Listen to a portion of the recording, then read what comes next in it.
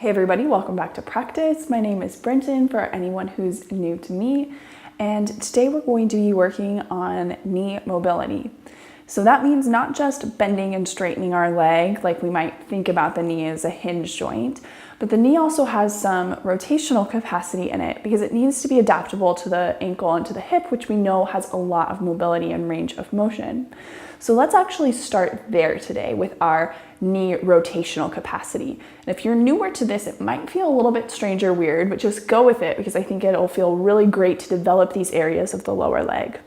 So to get started, we'll find a comfortable seat on the floor if you can, but really anywhere where you can get a bent leg with your heel down and your hands in some place where you can grab onto it for support so you can see where you might be borrowing from other places. So let's start with the right side first. We can take the heel down into the ground. We can flex the toes up. I just want to see like inner outer ankle look pretty even with each other, up to the inner and outer knee, looks pretty good.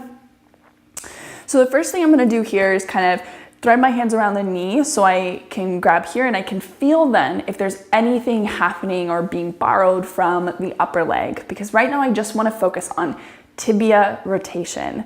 So that's this bone rolling in the knee socket.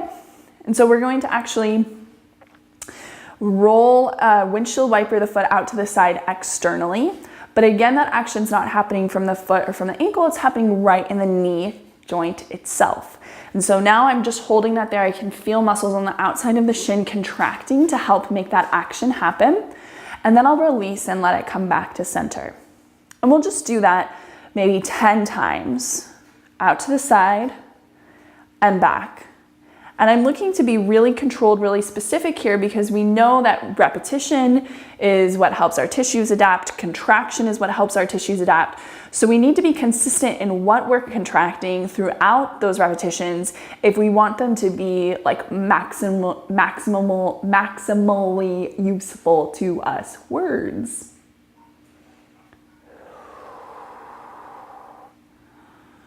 So I can really start to feel these shin muscles fire up. Muscles in the compartment of the outer leg here. And the next time I rotate it open, I'm gonna pause. I'm gonna take my left hand, I'm gonna apply some pressure to the inside of the shin so that now my leg has to work harder to press into my hand, right? So here I am. It's kind of funny because this is one of those things that maybe it looks like it should be painful, but it actually feels really good to develop these areas of the leg. And now release that and do a few more.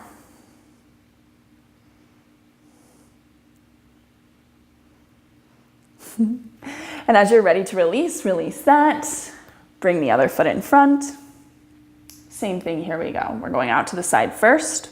We're just gonna pause there, just so we can start to feel what that feels like, and then come back to center. Taking about 10 repetitions.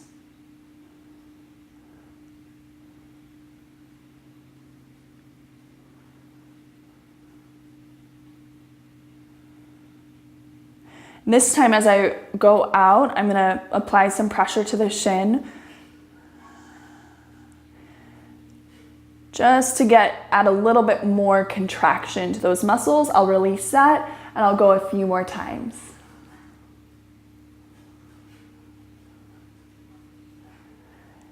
Good, now let's release that. Let's go back to side one. So the heel's down, the knee's bent. So the rotational capacity only happens when the knee is bent. So that's why we always take it from here. As I grab on here, I'm not gonna see like the opposite. Can I go to the inside? And there's actually like, I have way less range of motion to the inside than I do to the outside, but I do have some. So I definitely want to kind of honor that and develop that range of motion to the extent that that's possible. So I'll just come back to center and in and center and in and center and in. And now I'm gonna go through the full thing. Out and in. And out and in. And out and in. So keep going like that.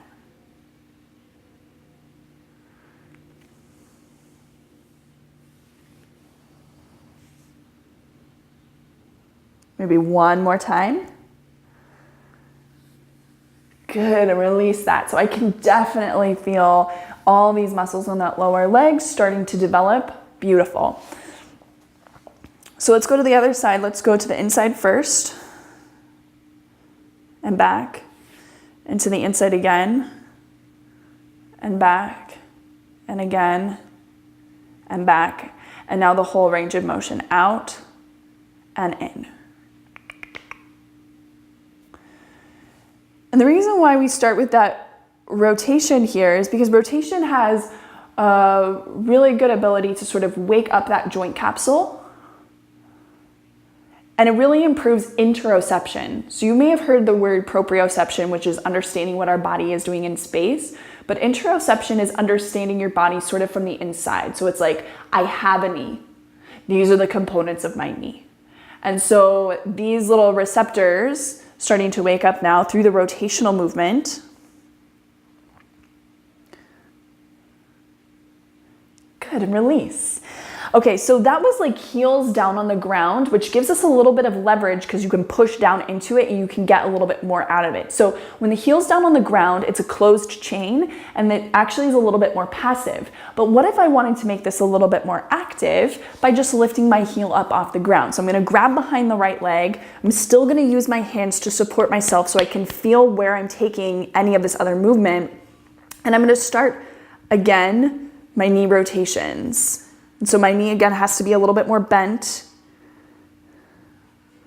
And it's much less range of motion here than when my heel was on the floor because I could use that again to press into it and get more range of motion. Here I have to be a little bit more honest about it. And it's a little bit more confusing, right? So that's okay. We're just here for the repetition. We're just here for the repetition.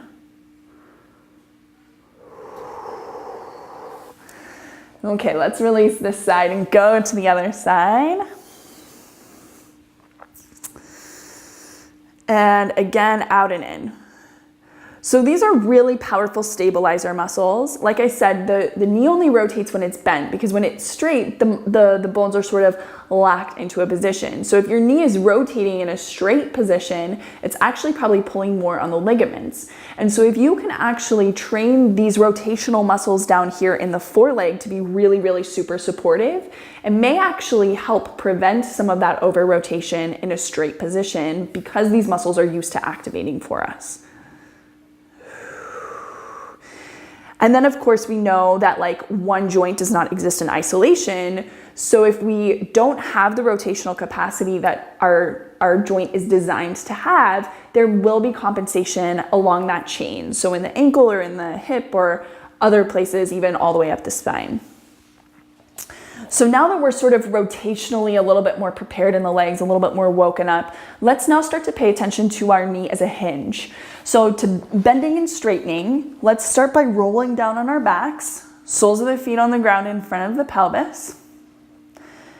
And then from here, drawing one leg in, just go ahead and wrap your hands behind that leg. If the leg is too far away, you can always grab like a hand towel and grab around that instead. We just want to keep ourselves nice and light in all of our joints as we bend the leg and we straighten to capacity. And we bend and we straighten.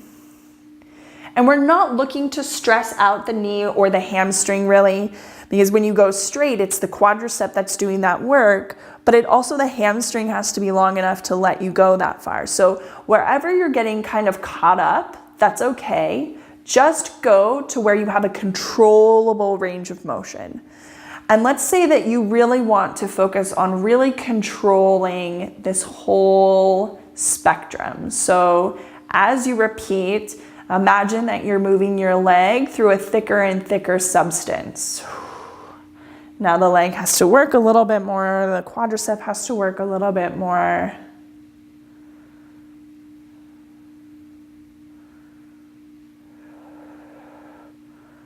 But I'm definitely starting to feel the quadricep develop. As you're ready, soften that side. Go ahead, grab behind your other leg. Let's go again.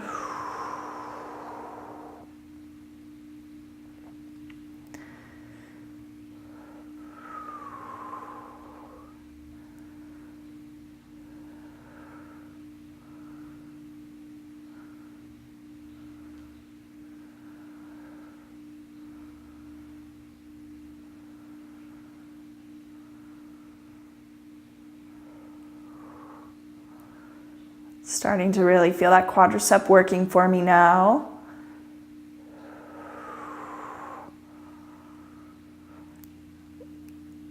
And then we'll meet in a standing position. So as you're feeling ready for that, go ahead, relax that.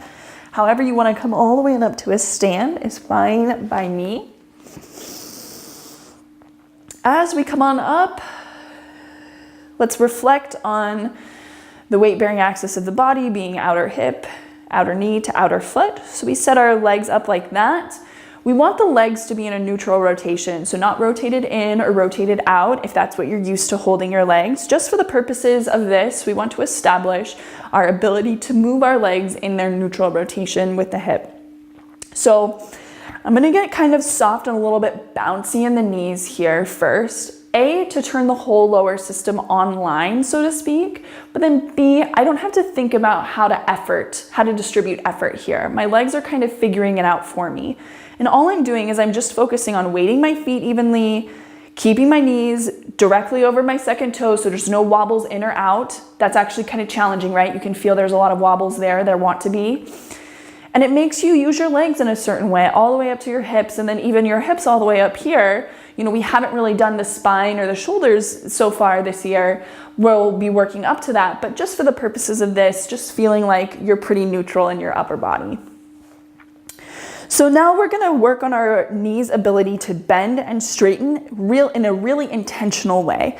So with the feet now underneath the hips, we'll take a couple of deep knee bends. So knees go forward, the hips go back, the knees are tracking right over their second toes. I'm getting soft, slow bounces. I'll just do a couple, and then we'll press down and straighten the legs. And a couple of deep knee bends again. Little bounce and straighten. And so we can just go in our own time, our own capacity, trying to distribute the weight evenly through both legs. That's challenging.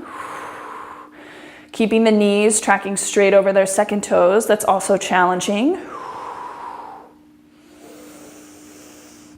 And then this next time that we come up, we'll start to wag our knees out a little bit. So as we take them to straight here, I don't want to kind of suck them back because that feels like crap, right? So I'm going to wag the knees and take them back to straight, but just so that the kneecap is still sitting in front of the thighs, I can use the muscles of my legs, my pelvis is neutral in my body. So we haven't gotten into this yet, but when we get into the hips, we'll look at things like anterior pelvic tilt and posterior pelvic tilt. And so if the pelvis is tilted one way, obviously it has an effect on the knee. Like you can see like how much variation my knees are taking right now. So get your pelvis nice and neutral.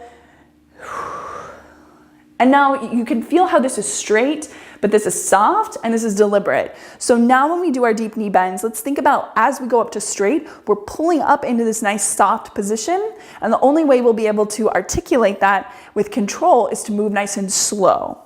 So we're gonna go down, bending the knees, pressing down to straighten the legs back into that nice soft joint position.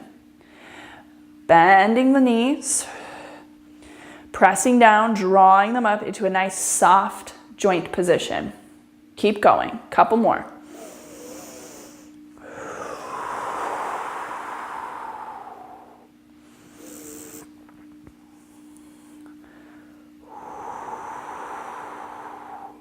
Good.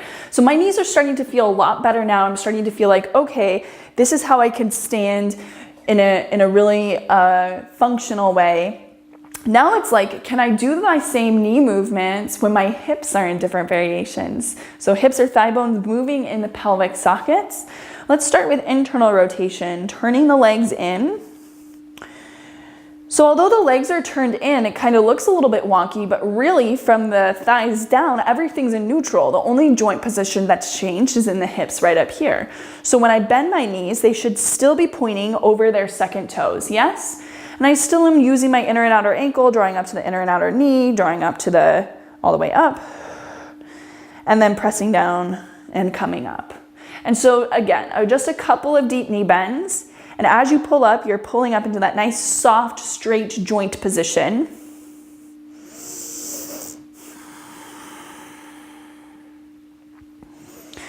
And next week, we'll be working more on knee strengthening. So we'll really be doing a good job next week. This week, we're just sort of exploring like the capacity for all of these different motions. What will my body let me do? How can I assess? How can I learn? So I know what my tendencies are, and then I'm able to make smarter decisions. Let's do the opposite. Let's do external rotation. So again, knees out over their second toes. It's not super wide out like this. It's not super turned out, okay? Because that's not like, most of us don't have the ability to do that with our hips. Instead, it's a little bit more moderate, nothing flashy or super fancy. We wanna get it to the point that, again, the knees can track out over their second toe, and as you pull up to straight, they're not knocking in. So what I'm really trying to avoid here is like kind of anything like that's like this, where like the legs are falling to the inside. I want my legs to be nice and strong, nice and even, and I'm coming down and up, using everything evenly. And up, down, and up, and down, and up. Taking this a couple of times and really using the muscles on those kneecaps to draw the legs up. The more slow and controlled we can get, I think the more gains we'll actually get from this as well. Good, so turning the legs in now. I'm gonna take my feet together because I now just wanna feel my legs as one thing, but you can of course always take them farther apart. What we'll test now is like, what's our knees' ability to be in kind of this loaded position with all of our body weight up here and to go into full knee flexion. That's when the knees are fully bent. So what we're looking for is controlled range of motion. We tap out wherever we lose the control or if we come into pain. So just own the range of motion that you can control and that feels good. We're gonna take the knees forward, the hips back. Knees forward, hips back. We're gonna keep going like this. The ankles are maybe have to lift off the ground, the heels have to lift off the ground as we start to come as far down as we can, maybe towards like a little squatting position here, right? Okay, so, but not all of us get there, so we're just working with our controllable range. Press down and come all the way back on up. So the point is to get more controlled as we repeat. So more controlled means slower, means less momentum. So we're just gonna work on this a couple of times, each our own timing and whatever our body will give us.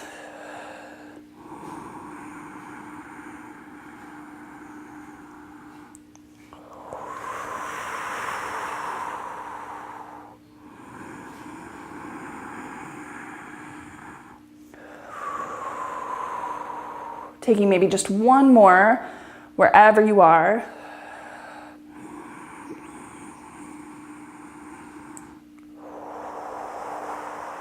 And the next time you come all the way down, why don't you just come all the way down? It's like a little celebration. So wow, what a good training that is. And like the control is really what makes all the difference. You can sort of wave out through the knees a little bit. And so the last thing we can work on is sort of like passive knee flexion. So this one we see a lot in yoga classes, sort of just like sitting up onto the heels back here. So we know already from our ankle unit that if we don't have enough plantar flexion back here, we can always put like a little rolled up blanket underneath the ankles to make them feel nice and supported. So it's very important that as the shins lay out behind you, those joints are all kind of laid out in neutral, inner and outer ankles supported, tops of the feet down evenly. And then you can start to add more load as you start to come all the way back. And so if you get stopped along this way, either because something's going on in the quads or in the knee itself, to lessen the load, you would get up and maybe stuff like a big pillow or something back there so you can sit back down onto something a little bit higher. And so just kind of seeing how you feel here, working the legs into the pelvis so that it's not just like we're sitting here like a floppy little fish, but we're actually kind of utilizing the legs, neutrally drawing them out, neutrally drawing them back through the shins, into the hips. Now I feel nice and lifted. And it's here we can just give ourselves, our nervous system, a little time to just kind of digest what just happened especially like the knee rotational movement if you're new to that, because I certainly am. I've never done knee rotational stuff in a yoga class. This is really stuff I'm pulling from functional range conditioning and kin stretch and things like that. And so if you want access to some of these resources that I'm using, I have them all broken up by different parts of the body, and you can get your hands on them by moving closer to us on Patreon. So I'll put that link down in the description below. But if you're interested in some more exercises or just some more philosophy behind this movement, or like why we would do something one way versus the other, what we stand to gain from it, all my resources, super digestible, easy to understand, and my knee resources are up right now. So if that's something you want to get your hand on, like I said, go ahead, click the link to Patreon down below in the description. And I hope your knees feel great. I hope your legs feel strong, and I'll see you right back here next week for our knee strengthening practice. Thanks so much for joining today. See you later.